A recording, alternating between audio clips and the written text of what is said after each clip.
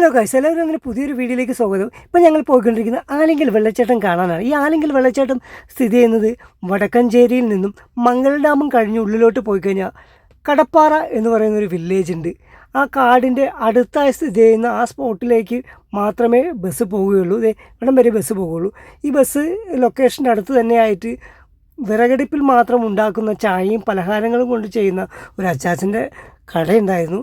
ആ കടയിൽ പോയി എൻ്റെ പേരിൽ അറിയപ്പെടുന്ന പഴംപൊരിയും മേടിച്ച് കഴിച്ചു. അവിടെ നിന്നും ഞങ്ങൾ വീണ്ടും ആ ഒരു 2-3 കിലോമീറ്ററോളം വീണ്ടും ബൈക്കിൽ യാത്ര ചെയ്താൽ മാത്രമേ നമ്മുടെ വെള്ളച്ചാട്ടത്തിൻ്റെ അടുത്തെത്തുകയുള്ളൂ.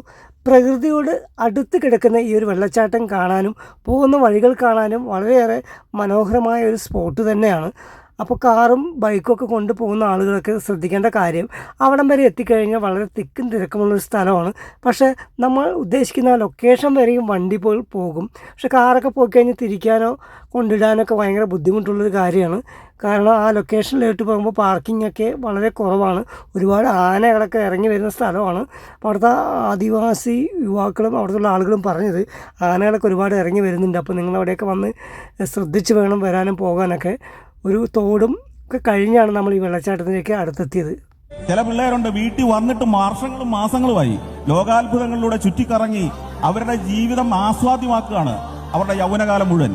യാത്ര ഒരു പാഷനായിട്ട് ആർക്കെങ്കിലും തോന്നുന്നുണ്ടെങ്കിൽ, യാത്ര ചെയ്യാതെ ഈ ഭൂമിയിൽ ജനിച്ച ഞാൻ യാത്ര ചെയ്യാതെ മടങ്ങുന്നത്, ഈ ഭൂമി വിട്ടു പോകുന്നത് ഒരു അപരാധമാണെന്ന് തിരിച്ചറിയുന്ന ഒരാൾക്ക് യാത്ര സാധ്യമാക്കാനുള്ള എല്ലാ സൗകര്യങ്ങളും ഇന്ന് ഒരുങ്ങിയിട്ടുണ്ട്. സാമൂഹ്യ ശാസ്ത്രം മുതൽ ശാസ്ത്രം വരെയുള്ള ഏത് കാര്യത്തിലും പഠിക്കാനുള്ള ഏറ്റവും നല്ല ഉപാധി യാത്ര തന്നെയാണ്.